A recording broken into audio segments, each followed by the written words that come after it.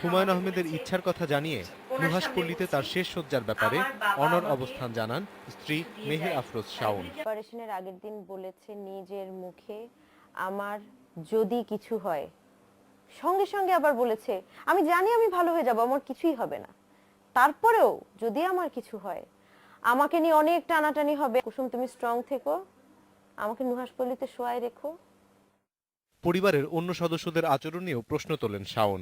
আজকে যারা তাকে নিয়ে টানাহেচড়া করছে কেউ জোর করতে আসেনি, কেউ তাকে একবেলা খাওয়াতে আসেনি, কেউ তার কেমোর পরে যখন ছটফট করেছে লোকটা, কেউ একবেলা একটা খবর নেয়নি।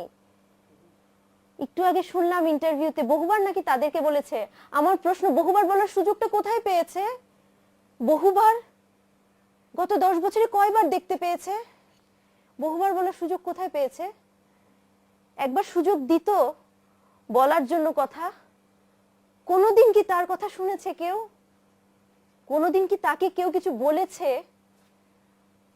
এখন কেন তাকে নিয়ে টানা হেচড়া? এখন যদি তার কথা না শোনা হয়, তার শেষ কথাটা সে কোনো প্রতিবাদ করতে পারছে না বলে তার শেষ কথা শোনা হবে না? এটা তাকে অসম্মান করা হবে না? এটা শাওন জানান, হুমায়ুনের ইচ্ছা অনুযায়ী একটি ট্রাস্টি বোর্ডের মাধ্যমে নুহাশপল্লী পরিচালিত হবে, এটিই তিনি চান।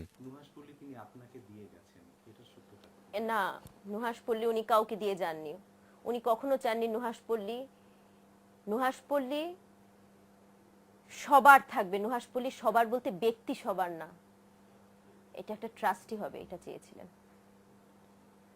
উনি আমাকে দিয়ে যাননি। উনি আমাকে দিয়ে গেলেও উনি যদি বলতেন কখনো মুখে, আমার নিজেরও সেরকম কোনো চাওয়া কখনো ছিল না, আমার সেরকম কোনো চাওয়া নেই।